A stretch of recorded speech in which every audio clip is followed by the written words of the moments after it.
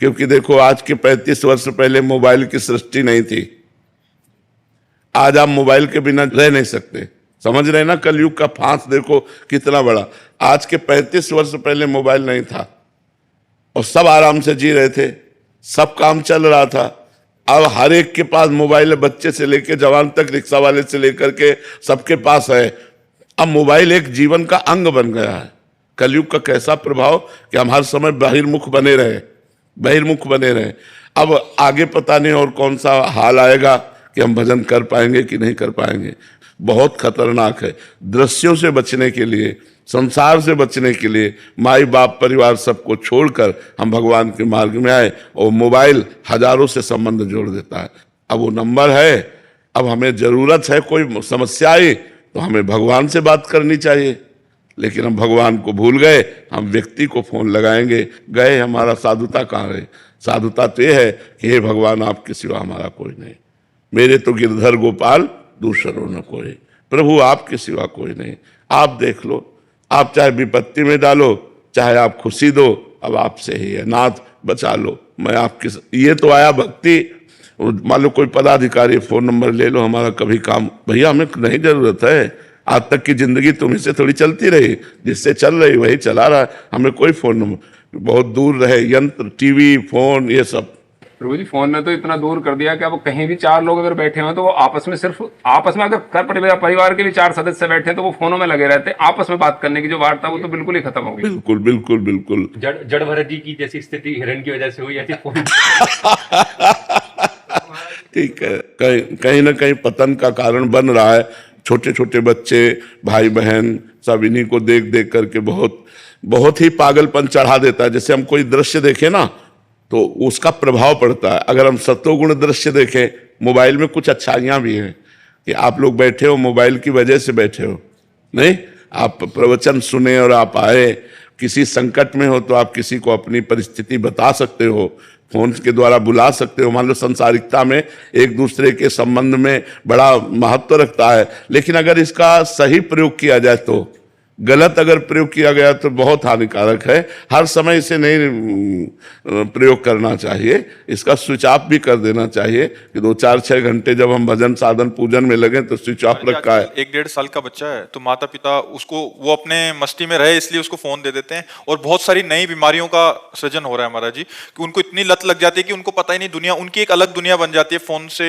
एक उसी का संरचना करते रहते हैं अपने माइंड में, और फिर बहुत आगे चल के विनाश का कारण। छोटे छोटे बच्चे गलत मार्ग में चले जाते हैं। बिल्कुल छोटे बच्चे बिना मोबाइल को देख, वो एक आंख मोबाइल पे होगी, वो एक ऐसे चल रहा है बस ऐसे करके। हाँ, तो सब चिंतन बिगड़ गया, सब बाहरी चिंतन आ गया, बाहरी चिंतन।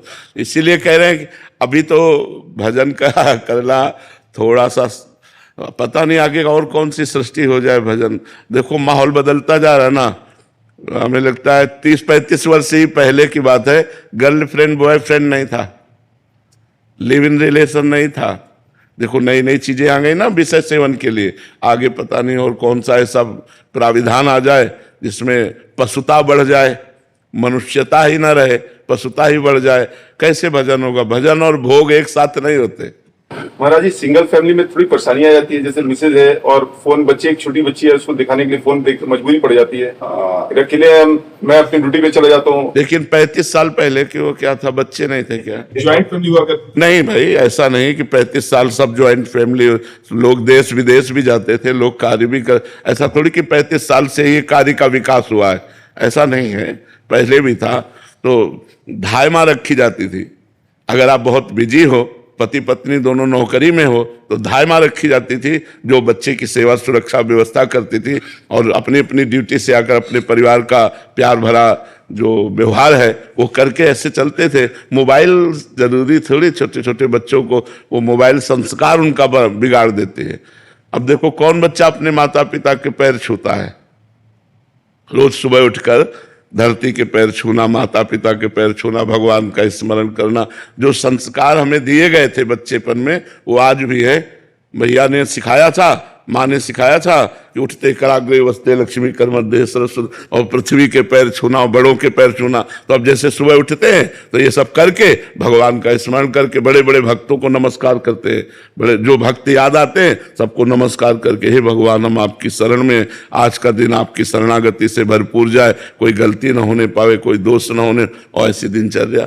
अब सुबह से मोबाइल में लगे हो, 9 बजे तक सो रहे हो, कोई भजन साधन नहीं, तो पशुता तो आएगी ही आएगी, मनुष्यता थोड़ी आएगी, पशुता ही आएगी। नौजवान बच्चे महाराज जी पूरी रात, अभी बच्चे आते रहते हैं मिलते रहते हैं, तो महाराज जी 8-8 घंटे लगातार रील्स में निकल जाते हैं, 4-4 5-5 घंटे, और 2-2 से 3-3 4-4 इतना समय बर्बाद हो रहा। अब ये पढ़ पाएंगे भाई? हमें पढ़ने के लिए भी एकाग्रता चाहिए। जैसे एक तपस्वी की एकाग्रता, ऐसे एक वैज्ञानिक की एकाग्रता, जैसे एक ब्रह्मचारी की एकाग्रता, ऐसे एक विद्यार्थी की एकाग्रता। विद्यार्थी एक तपस्या में जीवन है, व्यसन रहित, व्यभिचार रहित, पवित्र चिंतन, पवित्र स्वभाव, तो विद्या अध्ययन में आगे उन्नति होती है। अब छोटे छोटे बच्चे हुक्का पीने लगे, बहन बेटी सिगरेट पीने लगी, नशा करने लगी, तो ये बहुत हानिकारक हो रहा है समाज में, जो ये गलत संस्कार बढ़ रहे हैं। तो हमें लगता है इसी जन्म में भजन कर ले।